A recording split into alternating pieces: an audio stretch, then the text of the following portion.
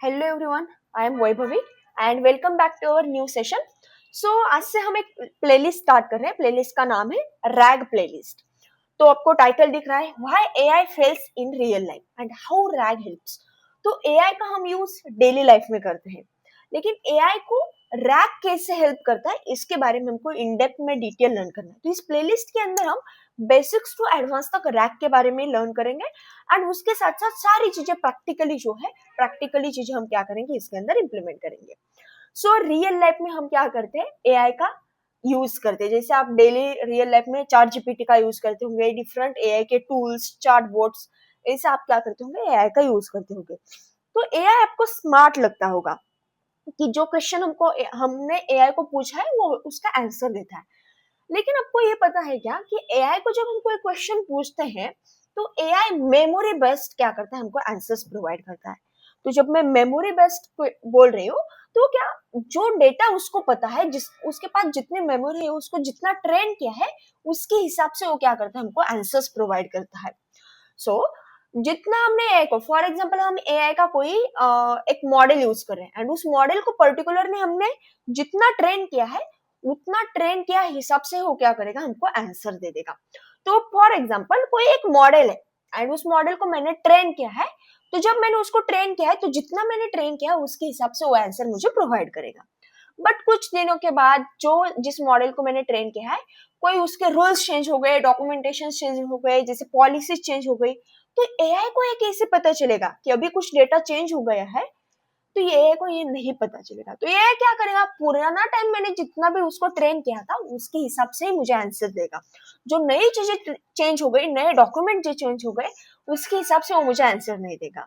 तो एआई को ये ऑटोमेटिकली पता नहीं चलेगा। तो यहाँ पे बेसिकली एक प्रॉब्लम है। क्या होता है, देखो एआई को ओल्ड डेटा पता था, एआई को पुरानी चीजें पता थी। ओके, अभी नई चीजें आई है, मैं उसको कुछ क्वेश्चन पूछ रही हूँ, वो नए वाले जो भी चीजें अपडेट हुई उसके हिसाब से आंसर दे रहा है क्या? इसका आंसर है नो। क्योंकि जो चीजें नई आई है उसको पता नहीं है, नई पॉलिसी जो आई उसको अभी तक पता नहीं हो। वो पुराना डेटा के साथ हमने उसको जितना ट्रेन किया था उसके हिसाब से आंसर दे रहा है। लेकिन अब आंसर रॉन्ग भी है तो भी ये फुल कॉन्फिडेंस के साथ आंसर देता है। यहाँ पे ये बिग प्रॉब्लम है, बेसिकली बड़ा प्रॉब्लम एआई का ये है कि आंसर रॉन्ग भी होगा तब भी ये क्या करता है, फुल कॉन्फिडेंस के साथ आंसर्स को देता है।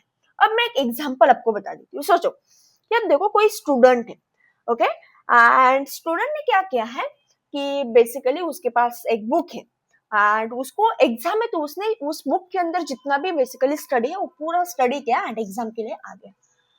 फिर एग्जाम हो गई, फिर क्या हो गया, वो जो भी बुक है उसका सिलेबस चेंज हो गया। एंड फिर जब सिलेबस चेंज हो गया एंड हमने स्टूडेंट को कोई क्वेश्चन पूछा, तो स्टूडेंट क्या करेगा, पुराना जो भी उसको उसने लर्न किया था, पुराना जो भी उसके पास वो बुक है, उसके अंदर ही बेसिकली आंसर्स को फाइंड आउट करेगा एंड हमको आंसर देगा। क्योंकि स्टूडेंट के पास अभी जो नई वाली बुक है या नए वाला जो सिलेबस अपडेट हुआ है वो अभी तक नहीं है। स्टूडेंट ने जो नोट्स, पुराने वाले नोट्स से जिसको रेफर किया था, पुराना वाला बुक जो है जिसको रेफर किया था वही अभी स्टूडेंट के पास है, नया वाला बुक अभी स्टूडेंट के पास नहीं। तो पुराना वाला बुक से जो भी स्टूडेंट ने स्टडी किया है उससे वो क्या करेगा, आंसर देगा। सेम अभी एआई के साथ है। एआई को हमने जितना ट्रेन किया है उसके हिसाब से ही वो क्या करेगा, हमको आंसर देगा। नई चीजें अपडेट हो गई, नई चीजें आ गई, ये एआई को डायरेक्टली पता नहीं चलेगा। तो एआई को जब पता नहीं चलेगा तो नई चीजें एआई को पता नहीं, तो एआई क्या करेगा, जो पुरानी चीजें है उसके बेसिस पे हमको क्या करेगा, आंसर देगा। एंड हर टाइम देखो एआई को कोई भी चीजें चेंज हो गई, फॉर एग्जांपल डॉक्यूमेंट चेंज हो गया, पॉलिसी चेंज हो गई, तो एआई के मॉडल को अपडेट करना सही चीज नहीं है। मीन्स प्रैक्टिकली ये चीज पॉसिबल नहीं है, उसके अंदर टाइम भी जाता है एंड ये बहुत स्लो प्रोसेस है कि हर टाइम कोई चीजें चेंज हो गई तो एआई के मॉडल को आप क्या करो, ट्रेन करो। तो ये थोड़ी हेक्टिक प्रोसेस है, प्रैक्टिकली ये बेसिकली पॉसिबल नहीं है। तो उसके पास पुराना डेटा है तो पुराने डेटा के हिसाब से जितना हमने ट्रेन किया उसके हिसाब से हमको आंसर देगा। नई चीजें उसको पता भी नहीं है तो वो आंसर नहीं देगा। तो अब देखो, फिर अब मैं अगेन एक एग्जांपल आपको देती हूँ। अब एआई को जो भी नया डेटा है वो प्रोवाइड करने के लिए रैग नाम का जो भी कंसेप्ट है वो काम में आता है, रैग। तो रैग के बारे में हमको इस प्लेलिस्ट के अंदर डिटेल में लर्न करना है कि कैसे एआई को हेल्प करता है। तो अपने एक सिंपल और एक एग्जांपल मैं आपको देती हूँ। Close book exam, open book exam. तो क्लोज बुक एग्जाम मीन्स क्या, स्टूडेंट को हमने टास्क दिया आपकी कल एग्जाम है, आप पढ़ाई करके आओ, तो स्टूडेंट पूरी पढ़ाई करके आएगा एंड उसके मेमोरी के अंदर उसने जितना भी स्टडी किया है, उसके दिमाग के अंदर जितनी भी चीजें है, उसके हिसाब से वो आंसर लिखेगा कोई भी एग्जाम के अंदर। क्या प्रोसेस है कि स्टूडेंट स्टडी करके आया है एंड जितना भी नॉलेज स्टूडेंट के पास है, जितना उसने स्टडी किया है, उसके हिसाब से वो क्या करेगा, आंसर लिखेगा। लेकिन ओपन बुक एग्जाम के टाइम में क्या होगा, स्टूडेंट को हमने बुक भी प्रोवाइड की, तो स्टूडेंट क्या करेगा, पहले जो भी क्वेश्चन है उसका answer, correct answer find out करेगा बुक के अंदर, एंड जो भी करेक्ट आंसर उसने फाइंड आउट किया है वो आंसर लिखेगा एग्जाम के अंदर। तो इस टाइम में तो चांसेस क्या है, हर टाइम स्टूडेंट ने क्या किया, जो भी प्रॉपरली क्वेश्चन है उसका आंसर जो है वो बुक के अंदर फाइंड आउट किया, एंड फाइंड आउट करने के बाद एग्जाम सीट के अंदर वो एग्जाम जो भी आंसर है वो लिखा। तो इसके अंदर चांसेस क्या है, स्टूडेंट के पास करेक्ट डेटा है, क्योंकि स्टूडेंट के पास कंप्लीटली बुक ही है, तो बुक के अंदर से प्रॉपर आंसर फाइंड आउट करो एंड वो क्या करो, एग्जाम के अंदर लिखो।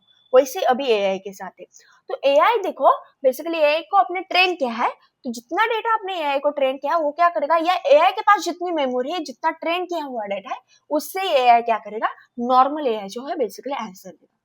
बट हमने एआई के साथ रैग का इंप्लीमेंटेशन किया, तो रैग क्या करता है, बेसिकली रैग मीन्स हम उसके अंदर कोई डॉक्यूमेंटेशन, जो चीजें रिक्वायर्ड डेटा है वो प्रोवाइड करेंगे। तो पहले एआई क्या करेगा, वो क्या करेगा, जो भी डेटा हमने रैग को प्रोवाइड किया है उससे वो डेटा रीड करेगा, अंडरस्टैंड करेगा, और उसके बाद एआई हमको आंसर प्रोवाइड करेगा।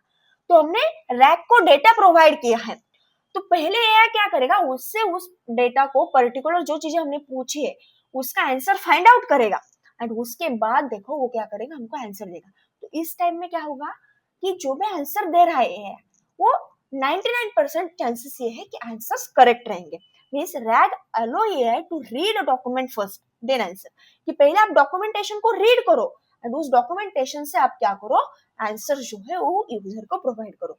तो डॉक्यूमेंटेशन हमने प्रॉपरली प्रोवाइड की है, तो डॉक्यूमेंटेशन सिर्फ क्या करेगा, हमारा एआई रीड करेगा एंड उसके अंदर जो डॉक्यूमेंटेशन है उसके अंदर जो भी आंसर है वो क्या मिलेगा, हमको हमेशा के लिए मिलेगा बेसिकली, एंड वो 99% क्या रहेगा, करेक्ट रहेगा।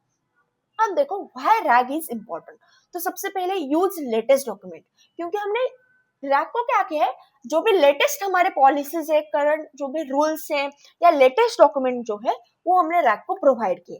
तो एआई क्या करेगा, जब भी हम कोई क्वेश्चन पूछते हैं तो एआई क्या करेगा, उसका ही डेटा बेसिकली वो डॉक्यूमेंटेशन से पहले रीड करेगा एंड उसके बाद हमको आंसर देगा। तो 99% चांसेस क्या है, जो डॉक्यूमेंटेशन से आंसर फाइंड आउट कर रहा है मीन्स हमारे आंसर्स करेक्ट रहेंगे। तो इसके अंदर जो भी रॉन्ग आंसर है उसके चांसेस कम रहेंगे। प्राइवेट डेटा जो है वो ऑलवेज सेफ रहेगा, क्योंकि हमने क्या किया, डॉक्यूमेंटेशन प्रोवाइड किया, कि डॉक्यूमेंटेशन के अंदर रूल्स पॉलिसी सारी चीजें हमने हमारा डायरेक्टली डेटा प्रोवाइड नहीं किया है, तो एआई उस डॉक्यूमेंटेशन से रीड कर रहा है फिर हमको आंसर प्रोवाइड कर रहा है।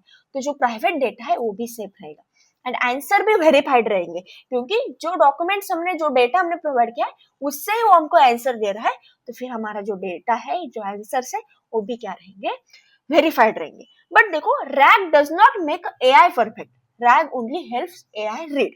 तो इसका मीनिंग क्या है, तो ऐसा नहीं कि हमने रैग का यूज किया तो ऑलवेज एआई परफेक्ट ही रहेगा, ऑलवेज करेक्ट ही रहेगा। आपने रैग का यूज किया है लेकिन ओल्डर डॉक्यूमेंटेशन जो है, पुराने डॉक्यूमेंटेशन जो है वो प्रोवाइड किए, तो एआई अभी भी आपको पुराना ही आंसर देगा। तो रैग क्या करता है, RAG only helps AI to read. RAG क्या करता है, एआई को रीड करने के लिए मदद करता है, रीड करने के लिए हेल्प करता है। कि आप क्या करो, बेसिकली जो डॉक्यूमेंटेशन प्रोवाइड किए हैं वो डॉक्यूमेंटेशन से आंसर को रीड करो एंड उसके हिसाब से आप यूजर को आंसर प्रोवाइड करो।